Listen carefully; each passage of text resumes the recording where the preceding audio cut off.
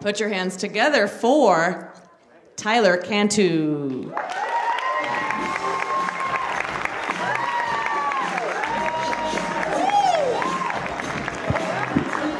Nevada City, how the fuck are we doing, guys? This town's amazing. The only town in this county with a dispensary. That's fucking insane, right? For this town, that's like being the only crack dealer in Sacramento. Like, you guys got a stranglehold on the market here. That's awesome. This is amazing, though, man, to see all you guys out here supporting stand-up comedy. I love it. Personally, I really love it because I'm a single dad, so getting out to do stand-up comedy is one of the few ways I even get the fuck out of the house anymore. Yeah.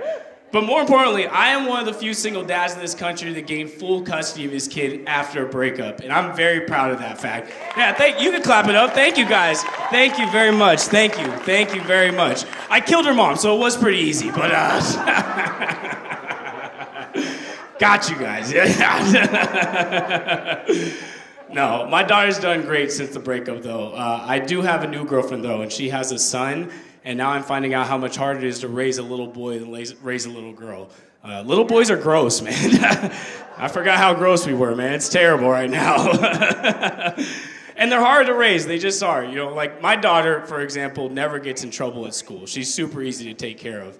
My son, on the other hand, gets in trouble so often that we get a daily report from his teachers. And it's not usually good, let me tell you. Like last year, I went and picked him up from his 3rd grade class. And when I got there, the teacher looks at me and goes, "Well, Sawyer got in a little bit of trouble today." And I was like, "Uh-oh, what happened?" She goes, "Well, he threatened a group of 2nd graders."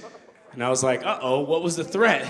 And she goes, "He told this group that he was gonna kick them in the nuts and then suck their little penises." Yeah. You guys get to laugh. If I laugh, I'm the fucking problem immediately, all right? So I had to look at this grown woman and be like, "I'm so sorry, man, that my son's trying to suck little penises in class." But I will talk to him, you know? But also, man, if we're being honest about this situation, that's not a threat. You guys know what I mean? Like, that's a nice promise depending on what you're into. I don't know, you know? I don't want to kink shame these 2nd graders. I'm not here to do that, you know? I'll say this, though. My new girlfriend, she's an empath. Any other empaths out there or people that know empaths? Yeah, it's Nevada City. There's 45 of you in here. Don't lie to me right now. I'm not an empath. I do like messing with my girlfriend that's an empath, though. If you guys know anybody, which you do, if you want to mess with them, the easiest way to do it is play a game that we all know called Would You Rather. Yeah, because empaths take these questions very seriously. So I like to ask my girlfriend some pretty messed up questions sometimes. I'll look at her and be like, "Hey, who would you rather kill? Your son or my daughter? Go!" Yeah, she doesn't laugh. She gets upset. She's like, "Why would you ask that? I could never choose." And then she thinks she's being smart. She's like, "Could you choose, Tyler?" And I'm like, "Yeah, your son. What the fuck are we talking about right now?" My daughter's not trying to suck little dicks in class, all right? Like, I feel like I'm making the right decision, you know?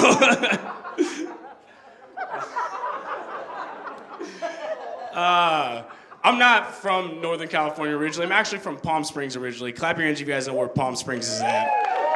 Yeah, this whole town looks like it's dressed for Coachella, so that makes a lot of sense. That you guys know where it's at.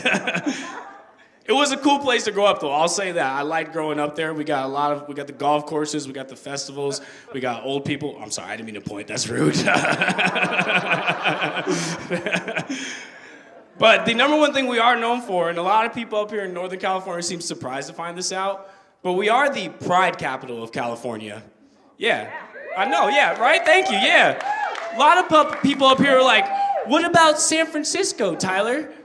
Yeah, fuck San Francisco, all right? San Francisco doesn't have shit on my hometown. San Francisco wishes they sucked as much dick as Palm Springs, all right? They're not on our level.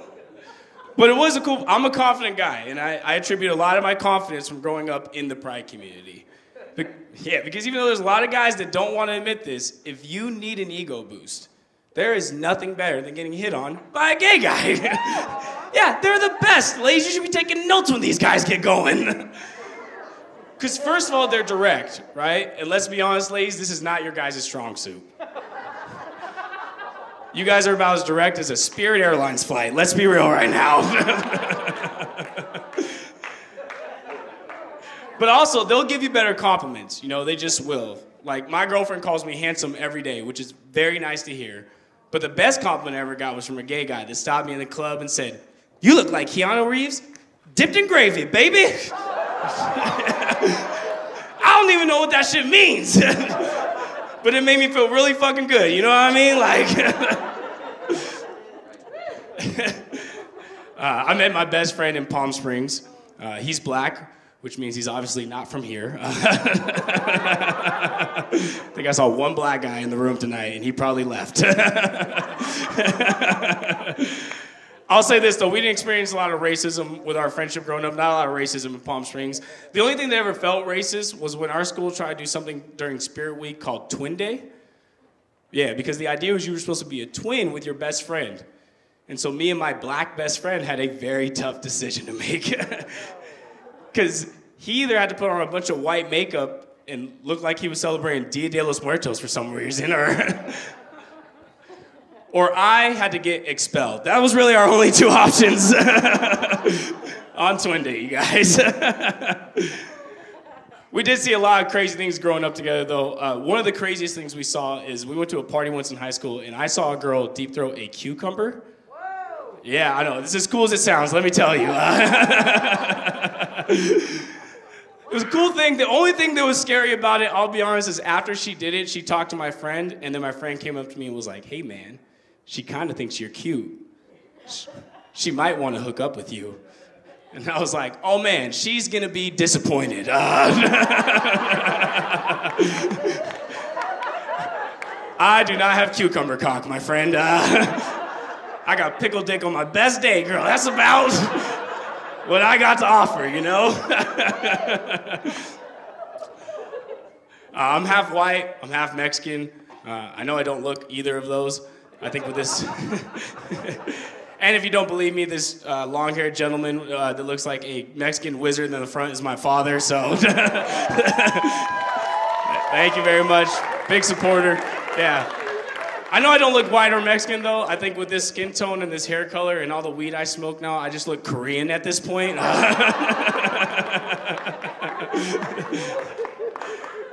I'm not a good Mexican, though. I can admit that. I don't speak any Spanish. I think salsa's very yucky. Yeah. I'm such a bad Mexican that my Mexican side of the family's nickname for me is the DRYBACK of the family. I don't care if it's made up. That's racist. That's very racist. I wasn't meant to be a good Mexican, though. I'll tell you that. The universe doesn't want me to be. It didn't give me the tools to be. I can't even roll my R's, guys. Every time I try, I just sound like I'm doing a shitty Wookiee impression. Like, I'm in Spanish class saying the alphabet like K, L, S, A. Like, goddamn, Chewie, you all right over there? What the fuck was that? When I moved up here, though, I did get a new job. I became a tradesman. I'm an electrician during the day. Any other tradesmen out there? Raise your hand. All right, so a few of you are going to get this before, but for you that don't, I'm an electrician, but recently I became a more specific type of electrician. I became a fire alarm guy. Yeah, it's a cool job, it is. The only thing that sucks about it is the other construction workers like to call us the acronym for fire alarm guy. Which is FAG, for those of you that don't know what acronym means. So I'm still an apprentice, actually, so I'm a fire alarm guy in training. Hey, faggots, yeah, some of you are getting it now.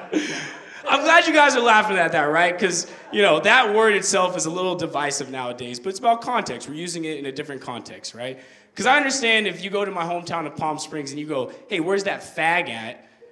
You're going to get your ass kicked by some very in-shape men with nice haircuts and short shorts very quickly. But if you go to my job site and you go, "Hey, where's that fag at?" They're going to be like, "Oh, you mean the fire alarm guy?" with a nice haircut and short shorts walking around the job site? Like, he's over there doing some gay shit. I don't know what the fuck he does. I don't know, you know? I've had people try to get upset with me, that joke. They say, Tyler, you can't say that word because people will use that word to make gay people feel bad. And I'm like, yeah, that's why the construction workers use it too. Not a term of endearment for us, you know? So, in fact, I get called it Monday. I probably get called it more than a gay guy. I get called it Monday through Friday, 8 hours a day, 40 hours a week, if I'm lucky. I don't know. I'm not trying to say I have it better than a gay guy or fire alarm guys have it tougher than gay people. I'm just saying I've never heard of a gay guy rely on being called a fag to feed their family. Like, so before the show, I threatened some of you. I'm sorry about that. I met a few couples. I got Beth and Danny over here. We got Rich and Lisa in the back. And then there is a couple that was over here that didn't want to be part of the show, which makes me want them to be a part of the show, you know? But for this next joke, we're going to go to Beth and Danny because she was indifferent about being the show, which makes me feel like this will be fun. So, Beth, Danny, how long have you guys been together? About a year? All right, not that long. Give it up for a year, though. That's good. We've been together with mine for 5, but it's not a competition, Danny. It's fine, you know? After a year, has it gotten to the point now where you guys got to do weird stuff in the bedroom to keep it interesting, or what's going on with that? Share with the crowd, please. Like, I'm just kidding. You don't have to, Beth. Don't worry. Like, yeah, she was like, I'm ready to answer. Let's go. No, I like asking that question because I've done comedy. Honestly, being a guy long enough, too, that I know that there's really only 2 types of guys in this world. There are guys that never let a girl play with their butthole in bed, and guys like Danny. You know what I mean? Like, I always like the people that get uncomfortably quiet during that joke, like these 2 gentlemen in front right here. Because you know they're just trying to hide which one they are, you know? Don't move, and the comedian won't figure out which one I like. The guys that do like it too, they'll talk about it so openly, so nonchalant. They're like, dude, it's just a finger or 2 or 3 in your butt. It's not that big a deal, dude. Like, like, dang, what are you doing in there, man? 3 fingers, Jesus Christ, you know? It sounds a lot like heroin to me, to be honest. Like, because once you try it once, you just keep going over and over and over again. It's hard to stop, you know? That's why I don't want to try it, guys. I don't want to be a butt stuff junkie. That sounds crazy, right? Because imagine, we all know people that battle with addiction. It's all something that we've personally been a part of. And we know sometimes when people battle with addiction, that they got to have an intervention to get off the addiction. I don't want to have a butt stuff intervention, guys. Like, that's crazy, right? Because imagine that. Imagine now Danny and Beth got to call all their friends and family over, right? And Beth has to explain why she constantly has pink eye. Danny's got to explain why everything in the house shaped like a penis smells like shit. It's just a weird conversation to have with your family, you know what I mean? Like,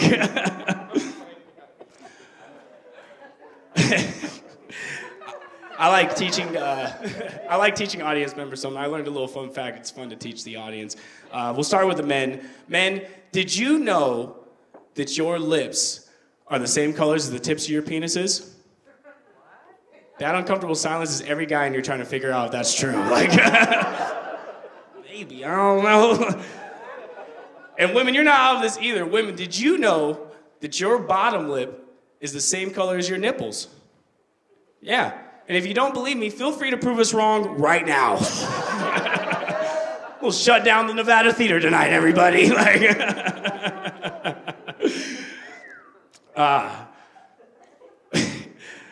when you start doing comedy, a couple things happen. The first thing that happens is that everybody in your house, if you know it or if you live with a family, everybody thinks they can write jokes all of a sudden. Like, my kids try to write jokes all the time, and let me tell you, they fucking suck at it. My daughter did get us with one the other day, though, that was so good, it went right over me and my girlfriend's head when she said it. I was going to leave the house, and I looked at my family. I was like, hey, guys, I'm going to run to the store real quick, grab some milk. And my daughter, without missing a beat, goes, all right, Dad, hey, don't get lost, all right? I was like, what did you say? She goes, you know, like some dads. Yeah, she's making abandonment dad jokes at 10 that are hilarious. It was so good. I gotta be honest, I got a little bit jealous when she said it, so I felt like I still needed to prove that I was like the top jokester in the house. So what I did is I left that night and I just didn't come back. They still waiting for me to come home, guys. We'll see what happens tonight, you know? The other thing that happens is people start asking you if there's anything you're afraid to talk about on stage, you know? And if you guys haven't realized in the last 13 minutes or so, my answer is no. I'm not afraid to talk about shit up here. I'm more afraid of the real-world applications that can happen with all the rules in 2023 and that will be in 2024, right? You know, like, recently, I almost got my ass kicked by misgendering someone. Yeah, a buddy of mine introduced me to a friend of his, person very big, 6'8", very muscular, long hair, kind of looked like a Viking, if I'm being honest, except they had purple hair and eyeshadow, so it looked more like a gender-fluid Thor, if that helps paint the picture a little bit. But when I got introduced, I made the mistake of saying, "Hey man, nice to meet you." To which their response was, "What the fuck did you just call me right now?" And I know where I messed up yet. And then they go, "I go by they, them, not man. Get that shit right." And I was like, you know what? That makes a lot of sense. You would identify as two people, because you're as big as two fucking people, so. And judging by that reaction, it feels like your pronouns should be stare and roids, my guy. Like, why don't you pull it back a little bit, you know? But it's 2023. I want to be better. I do. So I looked at them and I was like, "Hey, I'm sorry, guys. Thank you." That's a slow roll. Those people that laugh first, they're the smartest people in the room. Like, but I was like, I will be better about that next time, I promise. But then they just got more upset. They were like, "Yeah, you will get that right next time, you ignorant bitch." And now I know as a man that, yeah, they're trying to punk me, which I don't want to happen. But also, they're huge. And I don't want to get my ass kicked by Chris Themsworth, so.